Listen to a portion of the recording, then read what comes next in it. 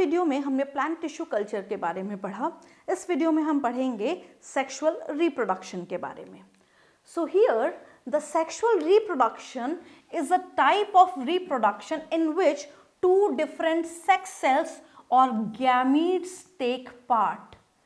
तो कहने का मतलब है कि it is biparental process, ये दो पेरेंट्स की सहायता से होता है। क्योंकि हम इंट्रोडक्शन में ऑलरेडी इस चीज़ की बात करके आए हैं कि सेक्सुअल और एसेक्सुअल रिप्रोडक्शन में क्या डिफरेंस है, तो यहाँ पे ये डिफरेंस शो करता है कि it is a biparental process. The gametes often come from two different individuals called male and the female, so they bring some variation in the next generation। जो भी गैमीट्स होते हैं वो gametes बनाने वाले दो अलग अलग इंडिविजुअल्स होते हैं। अगर हम मेल की बात करें तो मेल प्रोड्यूसेस मेल गैमीट, अगर हम फीमेल की बात करें तो फीमेल प्रोड्यूसेस फीमेल गैमीट। अब यहाँ पे जो इम्पॉर्टेंट बात हमें समझनी है वो ये है कि जब हम सेक्सुअल रिप्रोडक्शन की बात करते हैं तो सेक्सुअल रिप्रोडक्शन में कौन कौन से स्टेप्स होते हैं। तो पहला स्टेप है गैमीटोजेनेसिस।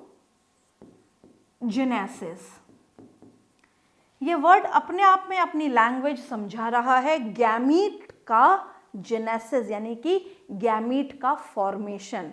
अब जो गैमीटोजेनेसिस है वो दो टाइप के गैमीट्स से है। अगर मेल बॉडी है तो मेल गैमीट होगा, अगर फीमेल बॉडी है तो फीमेल गैमीट होगा। और as we all know, the male gamete is sperm and the female gamete is ovum. So here, what is gametogenesis? The process of formation of the male or the female gamete.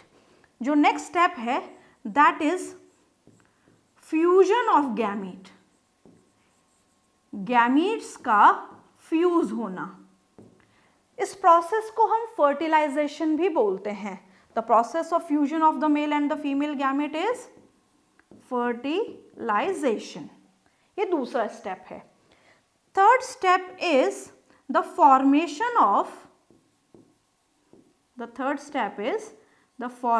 Of zygote. Zygote का बनना, क्योंकि जब दोनों gametes fuse हो जाते हैं तो उनके फ्यूजन से जो स्ट्रक्चर बनता है उसको हम बोलते हैं जाइगोट। तो यहाँ पे इस फिगर में हमें दिखाई दे रहा है कि जो एग है ये फीमेल गैमीट है and the sperm is male gamete. तो गैमेटोजेनेसिस हो गया। दूसरा step fusion of the male and the female gamete. The process is known as fertilization and the product of fertilization or the resultant of fertilization is zygote। तो तीसरा step क्या है? Zygote का बनना। तो यहाँ पे लैंग्वेज क्या कह रही है कि दो अलग अलग इंडिविजुअल दो अलग अलग गैमीट्स बनाते हैं और ये जो गैमीट्स हैं इनका फ्यूजन होता है और फ्यूजन इस तरीके से होता है कि ये जो गैमीट्स हैं ये लेके आते हैं वेरिएशन। क्या लेके आते हैं ये? वेरिएशन। अब यहाँ पे ये जो टर्मिनोलॉजी है ये बहुत इंपॉर्टेंट है। जब हम ह्यूमंस की बात करते हैं तो ह्यूमंस में ऐसा होता है कि जब बेबी पैदा होता है तो उसकी शक्ल अपने माता पिता से मिल ज़रूर सकती है बट वो अपने माता या पिता की एग्जैक्ट कॉपी या कार्बन कॉपी नहीं हो सकता। तो ऐसा क्यों होता है? ऐसा होने का एक कारण है, उस कारण को हम यहाँ डिस्कस करेंगे कि किस कारण से जो सेक्सुअली रिप्रोड्यूसिंग स्पीशीज है इंक्लूडिंग ह्यूमन बींग्स वो शो करते हैं वेरिएशन। तो वेरिएशन को पता करने के लिए हमें यहाँ पे जाइगोट के फॉर्मेशन को देखना पड़ेगा। So here I will discuss homologous chromosome. यहाँ पे हम सबसे पहले डिस्कस करेंगे होमोलोगस क्रोमोसोम्स को। सबसे पहले हमें ये पता होना चाहिए कि मान लीजिए ये ओवम है तो इसमें जो क्रोमोसोम नंबर है वो 23 है। ओवम क्या है? Ovum is female gamete. वहीं अगर हम स्पर्म की बात करें तो स्पर्म क्या है? Male gamete. Sperm is male gamete. Chromosome number sperm में भी कितना होता है? 23। अब अगर थोड़ा सा कॉन्सेप्चुअल चलें तो अगर हम ह्यूमंस की बात करें या मेल एंड फीमेल इंडिविजुअल्स की बात करें तो हमारी बॉडी में 2 प्रकार की सेल्स होती हैं। एक होती है नॉर्मल सेल्स, एक होती है रिप्रोडक्टिव सेल्स, जिनको हम सेक्स सेल्स भी बोलते हैं, जिनको हम गैमीट्स भी बोलते हैं। So sperm and ovum are the sex cells और द रिप्रोडक्टिव सेल्स, और इनको हम बायोलॉजिकली गैमीट्स भी बोलते हैं। क्लियर? तो गैमीट्स में क्या होता है, गैमीट्स में जो क्रोमोसोम नंबर होता है वो नॉर्मल सेल से हाफ होता है। रीज़न क्या है कि हमारी जो नॉर्मल सेल्स हैं, अगर हम मेल या फीमेल किसी की भी बात कर लें तो हमारी जो नॉर्मल सेल्स हैं उनमें जो क्रोमोसोम नंबर है वो कितना होता है, 46। बट जब गैमीट्स बनते हैं तो वो क्रोमोसोम नंबर रिड्यूस होके आधा हो जाता है। क्यों होता है, उसका कारण क्या है? उसका कारण है सेल डिवीजन, और उस सेल डिवीजन को हम बोलते हैं मियोसिस, जो कि इंट्रोडक्शन में ऑलरेडी हम डिस्कस कर चुके हैं कि जब भी सेल मियोसिस से डिवाइड होती है तो chromosome number will reduce to half. If in the normal cell the chromosome number is 46, so after meiosis the chromosome number will reduce, so it become 23 in the daughter cells। तो यहाँ पे भी ऐसा ही होता है कि जब ओवम बनता है तो ये भी मियोसिस से बनता है, तो इसमें भी 46 से क्रोमोसोम नंबर हाफ होके 23 रह जाते हैं, और स्पर्म भी मियोसिस से बनता है तो यहाँ पे भी 46 से जो क्रोमोसोम्स हैं वो हाफ होके कितने हो जाते हैं, 23। बाय चांस ऐसा ना हो, अगर हम ये बोलें कि 46 क्रोमोसोम है ओवम में और 46 क्रोमोसोम है स्पर्म में, जब ये फ्यूज करेंगे तो जाइगोट में क्रोमोसोम होंगे 92। यानी कि ह्यूमन बींग्स की नॉर्मल सेल में क्रोमोसोम नंबर 46 होता है, बट यहाँ पे जाइगोट कितना क्रोमोसोम नंबर शो कर रहा है, 92। जब भी क्रोमोसोम नंबर चेंज होते हैं जाइगोटिक कंडीशन में, उस कंडीशन में हमेशा बीमारियां आती हैं, और ऐसी बीमारियों को हम बोलते हैं जेनेटिक डिजीजेस और जेनेटिक डिसऑर्डर्स। तो जेनेटिक डिसऑर्डर्स क्या होते हैं, जब क्रोमोसोम नंबर चेंज हो जाता है। ये एक एग्जाम्पल के तौर पे आपको बताया गया है कि अगर क्रोमोसोम नंबर ना बदले तो जो नेक्स्ट जनरेशन होगी उसमें क्रोमोसोम नंबर ज़रूरत से ज़्यादा होंगे जिनकी रिक्वायरमेंट नहीं है। तो जब भी ऐसा होगा, कम होना भी जेनेटिक डिजीज़ में काउंट होगा और ज़्यादा होना भी जेनेटिक डिजीज़ में काउंट होगा। तो ये तो हुई एक कॉन्सेप्ट की बात। अब यहाँ पे जो दूसरा इंपॉर्टेंट कॉन्सेप्ट है उसको समझना। जब यहाँ पे जाइगोट बनता है तो जाइगोट में 23 क्रोमोसोम होते हैं मैटरनल, 23 क्रोमोसोम्स होते हैं पैटर्नल, यानी कि 23 क्रोम्स फीमेल बॉडी से आए हैं, 23 क्रोमोसोम मेल बॉडी से आए हैं। तो सबसे पहले हम उनको कलर वाइज यहाँ पे बना लें। मान लीजिए ये जो क्रोमोसोम्स हैं ये फीमेल बॉडी से आए हैं अप टू 23, ये फीमेल बॉडी से आए हैं। और यहाँ पे एक और हम कलर चूज कर लेते हैं, ब्लू कलर। ये क्रोमोसोम आए हैं मेल बॉडी से। This is 1, this one is 2nd, this one is 23rd। चलिए अब यहाँ पे बहुत इंपॉर्टेंट कॉन्सेप्ट समझना। ये क्रोमोसोम नंबर 1 है और ये क्रोमोसोम नंबर 23 है। हमने सारे क्रोमोसोम्स नहीं बनाए हैं 1 से लेकर 23 तक।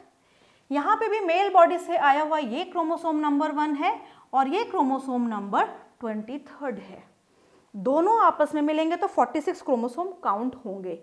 अब यहाँ पे क्या कॉन्सेप्ट है, फीमेल बॉडी से आए हुए 23, मेल बॉडी से आए हुए भी 23, टोटल होंगे 46। बट होंगे कब 46, जब ये आपस में कंबाइन करेंगे। अब यहाँ पे 2 चीजें हैं जो इंपॉर्टेंट है। पहला, मान लीजिए ये फीमेल बॉडी से आया हुआ क्रोमोसोम नंबर 1 है, ये मेल बॉडी से आया हुआ क्रोमोसोम नंबर 1 है। ये फीमेल बॉडी से आया हुआ क्रोमोसोम नंबर 2 है, ये मेल बॉडी से आया हुआ क्रोमोसोम नंबर 2 है। ऐसे 23 पेयर्स तक ये अरेंज है, 1 1 के साथ, 2 2 के साथ, 3 3 के साथ, 4 4 के साथ, 5 5 के साथ, इसी तरीके से 23 पेयर तक ये अरेंज होते हैं। अब ये 1 1 के साथ अरेंज क्यों होगा, कारण क्या है? क्योंकि जो 1 क्रोमोसोम है फीमेल बॉडी से आया हुआ, वो 1 क्रोमोसोम मेल बॉडी से आए हुए के साथ ही पेयरिंग करेगा। उसका रीज़न क्या है कि ये जो 1 1 क्रोमोसोम है, ये वाले, इन क्रोमोसोम्स को हम बोलेंगे होमोलोगस क्रोमोसोम्स। होमोलोगस क्रोमोसोम्स क्या होते हैं? होमोलोगस क्रोमोसोम 1 1 का होमोलोगस है, 2 2 का होमोलोगस है, 3 3 का होमोलोगस है। अगर हम बोले 1 और 2 का क्या रिलेशन है, तो 1 और 2 नॉन होमोलोगस है। सबसे पहले होमोलोगस का मतलब समझें। होमो का मतलब होता है सेम, लोगस का मतलब होता है बायोलॉजी में पोजीशन। सेम, लोकस, लोकस का मतलब होता है लोकेशन। अब यहाँ पे क्रोमोसोम की लोकेशन के हिसाब से है ये, बट यहाँ पे क्रोमोसोम की लोकेशन नहीं है, क्रोमोसोम के ऊपर जो जीन्स मौजूद हैं उनकी लोकेशन से है। तो यहाँ पे क्या होता है कि होमोलोगस क्रोमोसोम्स वो क्रोमोसोम्स होते हैं जो लेंथ में सेम होते हैं, और उन क्रोमोसोम्स पे जो जीन्स का अरेंजमेंट होता है वो भी सेम है। जैसे एग्जाम्पल लेते हैं, यहाँ पे मान लीजिए ये फीमेल बॉडी से आया हुआ क्रोमोसोम है, और वहीं ये मेल बॉडी से आया हुआ क्रोमोसोम है। अब यहाँ पे हमने इनको क्यों बोला है कि ये होमोलोगस हैं? हमने इनको इसलिए बोला है होमोलोगस क्योंकि इनकी लेंथ सेम है, सबसे पहला रीजन। दूसरा रीजन, इन क्रोमोसोम्स पे जो जीन्स की लोकेशन है, मान लीजिए इस क्रोमोसोम में यहाँ पे कोई जीन लोकेटेड है, मान लीजिए ये जीन नंबर ए है, एज्यूम कर लेते हैं, तो इस क्रोमोसोम पे भी ये जो जीन है उसी पोजीशन पे होगा ए। तो यानी कि जो पोजीशन है दैट इज सेम, यहाँ पे जो पोजीशन है वो कैसी है? बिल्कुल सेम है। तो हम क्या बोलेंगे? जीन्स की लोकेशन सेम है, क्रोमोसोम की लेंथ सेम है, तो ये जो दोनों क्रोमोसोम हो गए ये आपस में हो गए होमोलोगस क्रोमोसोम। तो 1 1 का होमोलोगस है, 2 2 का होमोलोगस है, 3 3 का होमोलोगस है। ये तो एक कॉन्सेप्ट हुआ। अब यहाँ पे जो दूसरा कॉन्सेप्ट है वो क्या समझाता है? दूसरा कॉन्सेप्ट समझाता है कि sexually reproducing species variation show करती है। वो कैसे करती है वो बहुत इंपॉर्टेंट है। तो सेक्सुअली रिप्रोड्यूसिंग स्पीशीज में क्या होता है, मान लीजिए ये होमोलोगस क्रोमोसोम है, तो ये जो होमोलोगस क्रोमोसोम्स हैं ये आपस में पेयरिंग करते हैं। पेयरिंग करने का रीज़न क्या है कि जब ये पेयरिंग करते हैं तो यहाँ के जीन यहाँ ट्रांसफ़र हो जाते हैं और यहाँ के जीन यहाँ ट्रांसफ़र हो जाते हैं, यानी कि there is a transfer of genes. तो एक एग्जाम्पल हम लेते हैं, ये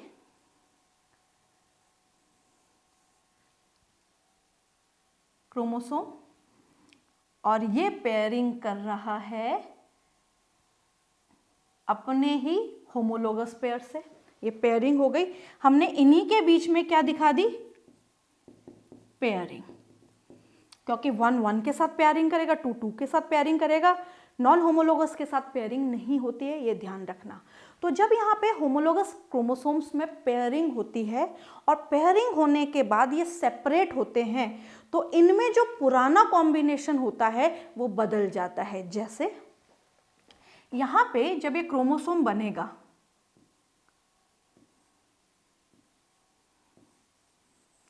तो इस क्रोमोसोम में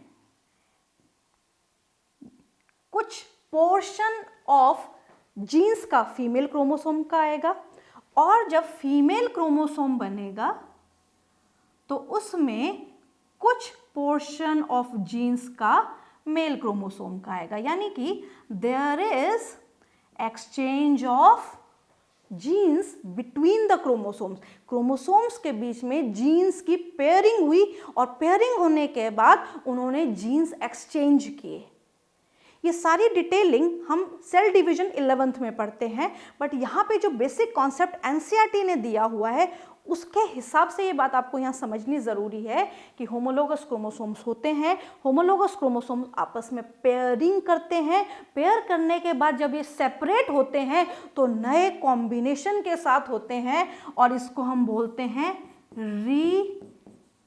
रिकॉम्बिनेंट्स, नए कॉम्बिनेशन के साथ। तो जो पुराना कॉम्बिनेशन था वो तो ये था, और ये जो कॉम्बिनेशन बदल गया तो कैसा कॉम्बिनेशन बन गया, ऐसा कॉम्बिनेशन बन गया। यानी कि इस क्रोमोसोम में कुछ जो पार्ट है वो अपने माता पिता जैसा है, यानी कि मैटरनल और पैटर्नल है, बट इसका जो कुछ पोर्शन है वो अपना खुद का बनाया हुआ है। तो यहाँ पे जो खुद का बनाया हुआ पोर्शन है इसका, वो कौन सा पोर्शन है, ये वाला और ये वाला, और इसी कारण से इसमें आ जाते हैं वेरिएशन।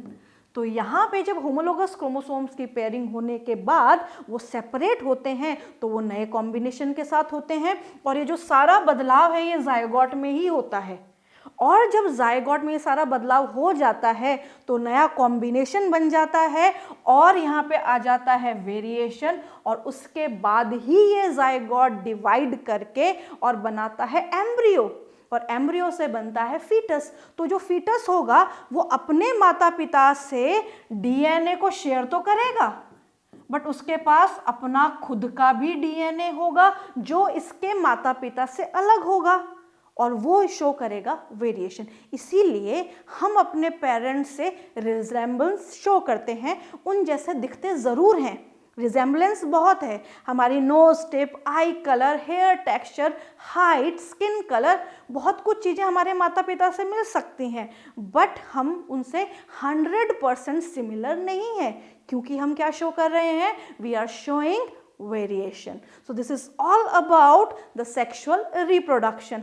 नेक्स्ट वीडियो में हम शुरू करेंगे sexual reproduction in flowering plants से।